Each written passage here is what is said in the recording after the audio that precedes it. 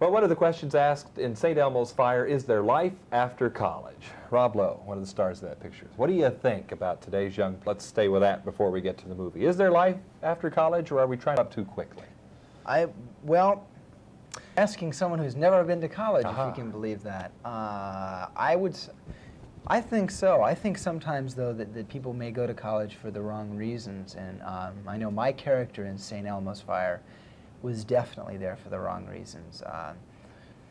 You know, he was kind of the prankster, the fun guy. I mean, I had a speech in the movie that was cut out, but what the speech said, college was the high point in my life, and it's never, ever, I'll never have as many friends as I had then. Yeah, and you have a line about things being out of control. And after college, everything's in control. Yeah, what a drag. That's right. Yeah. And that's true for a lot of people, and I really felt that playing him, I mean, that whole thinking, you know, I started thinking that way too. You wear some great ties in that picture. No, great ties. Where did you get some of that wardrobe? Isn't that great? Yeah, well, excuse me, our director, Joel Schumacher, started as a wardrobe designer for Woody Allen. And so that's why everybody looks so great. And I've kept most of that stuff. Yeah. I mean, wait, you all have to see these shoes. All right. Okay, they say, these say Billy the Kid instead of Nike. All right, see Billy the Kid. I'm as proud of the shoes as I am of the work. No. I don't understand. How did you have that done? That's, Nike did that for me. That's amazing. And so I've kept this wardrobe. The power of being a movie star, yet another thing added to the list of bennies here. It's all your own shoes, sunglasses, and sushi, you know? Yeah, and let's face it, like it or not, you're part of that trip now where when you go places, people flock after you. I've already heard stories about when you were filming, lots of people were mobbing you on the set. Is that ever embarrassing to have that happen when you're in the company of your peers? It's very embarrassing, and it's embarrassing also when you're with your family or something. When I'm alone, it's okay, and I accept it, and I'm not one of those people who's like, oh, no, get away, because I ask for it, and it's part of the business, but I am embarrassed for the people I'm with, because they didn't ask to be in that situation.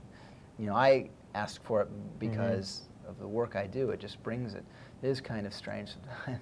You said something interesting about St. Elmo's Fire, in that it has now set a new standard for roles to come. It has made you more selective for the future. What did you mean by that? Well, what's happened is the movie has turned out so well for me, and for the whole movie, I'm really, really happy with it. And I just have not read any scripts since this movie that compare on a level of intelligence or on a level of character for me to play. I got to play, you know, the alcoholism of my character, the fact that he has the wife and the kid, and the saxophone playing, all of that. I couldn't ask for more as an actor, and I haven't been able to find any scripts that offer me as much of a challenge. Are you saying that pictures now about young people either are showing more young people capable of an original thought in their head, or maybe fewer pictures since you're not finding the scripts? There may be more around now with the movies like The Breakfast Club and St. Elmo's Fire, which St. Elmo's Fire is The Breakfast Club 10 years down the line, and it's 10 years in the future from The Big Chill, right? So hopefully it'll start. It's a new genre. It's a awakening genre. Something else that's interesting too, and that is several years after Breakfast Club. Your character, who's kind of an edge man, he's out there on the edge a little bit. In films, maybe a few years ago, he would have been praised. Been the hero in the 60s. Now you're kind of the outsider. Everybody is so success-oriented in our society today, and so upwardly mobile with all the yuppies and things. And this is a yuppie movie, obviously.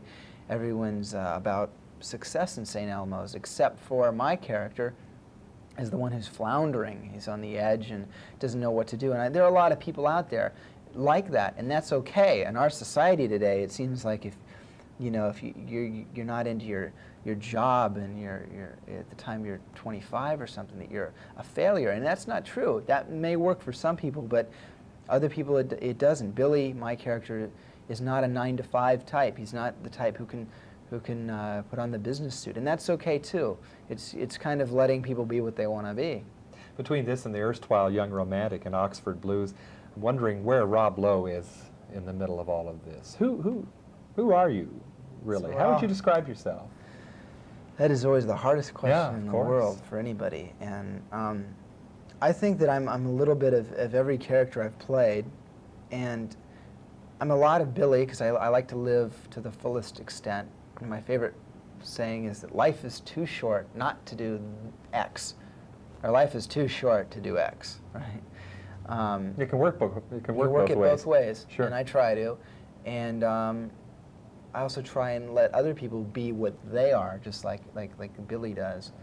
And even though it may not coincide with what I am. And can it be easy to forget, easy to lose that hold on who you are when you're surrounded by cameras, video cameras, movie cameras, retakes? It is, and that's why after movies I try and go to be with people who aren't in the business and go back to maybe to Ohio or just get away. I took a vacation after St. Elmo's, and because if you're not around just the regular people, 9 to 5 people, you know, then you won't be able to play anything but Hollywood people.